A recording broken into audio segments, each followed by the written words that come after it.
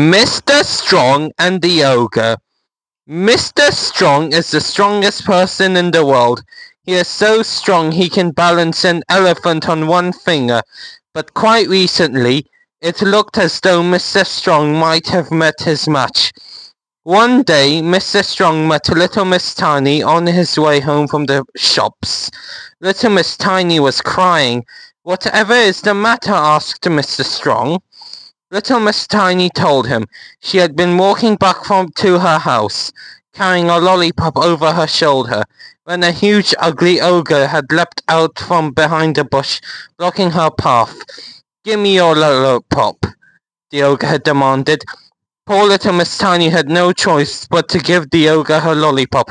Mr. Strong was appalled. "It is not far to my house," he said. "I'll make you a cup of tea and we can work out what is to be done." With little Miss Tiny sitting on his shoulder, Mr. Strong continued on his way. Just around the corner, they came upon Mr. Rush, sitting at the side of the road, looking very shaken. "Whatever is the matter?" asked Mr. Strong. Mr. Rush explained he had been driving along the road when an enormous brute of an ogre had loomed up in the middle of the lane.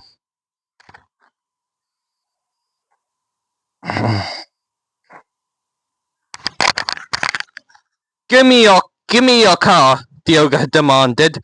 Poor Mr. Rush had no choice but to hand over his car and watch helplessly as the ogre drove away in it. Mr. Strong suggested that Mr. Rush join him and little Miss Tiny for tea. They had walked the last half a mile to Mr. Strong's house when they met a very upset and indignant Mr. Uppity. This time Mr. Strong had a very good idea what the matter was. Mr. Uppity had been on his way to the bank to count his money when a huge, horrible ogre had stepped out from behind the tree, forcing Mr. Uppity to stop. "Give me a hat," the ogre had roared. Poor Mr. Uppity had no choice but to give the ogre his hat, which not surprisingly, was too small for the ogre. "I've heard enough," announced Mr. Strong. "Go inside and make yourself some tea. I'm off to find this ogre. I shan't be long." Mr. Strong had a pretty good idea where he might find the ogre. Behind his garden, on the other side of the hill, there was a cave in the woods. Sure enough, this was where Mr. Strong found the ogre, lounging in the entrance to the cave, eating little Miss Tiny's lollipop. The only trouble was there was not one ogre, but three. They were brothers. The ogres slowly raised themselves to their full, menacing height. Undaunted, Mr. Strong marched up to the ogres and introduced himself.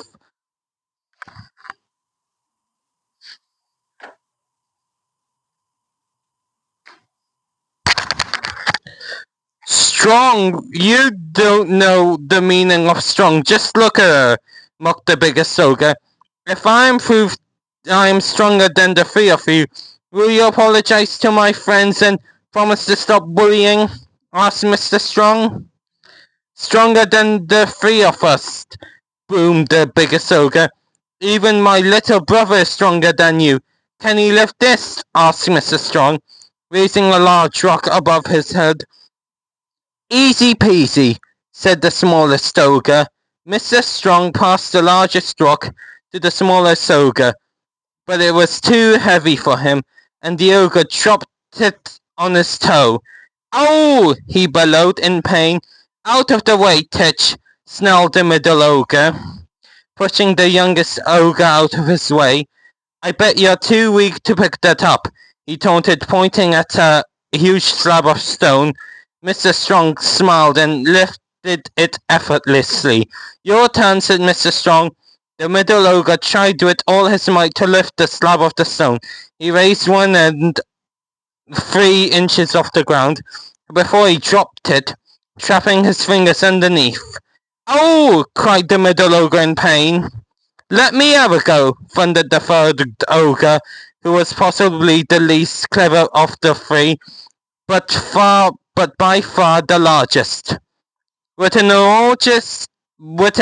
enormous effort, the biggest ogre lifted the stone slab above his head.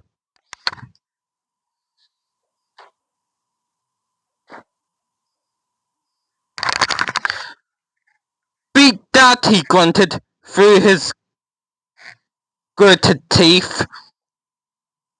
But then his knees began to wobble, his legs started to tremble, his arms buckled, and the rock came down on his head, knocking him out cold. Mr. Strong picked up the biggest ogre, as if he weighed no more than a feather, and carried him with the other two brothers following behind, over the hill back to his house, where he sat him down in front of his three friends.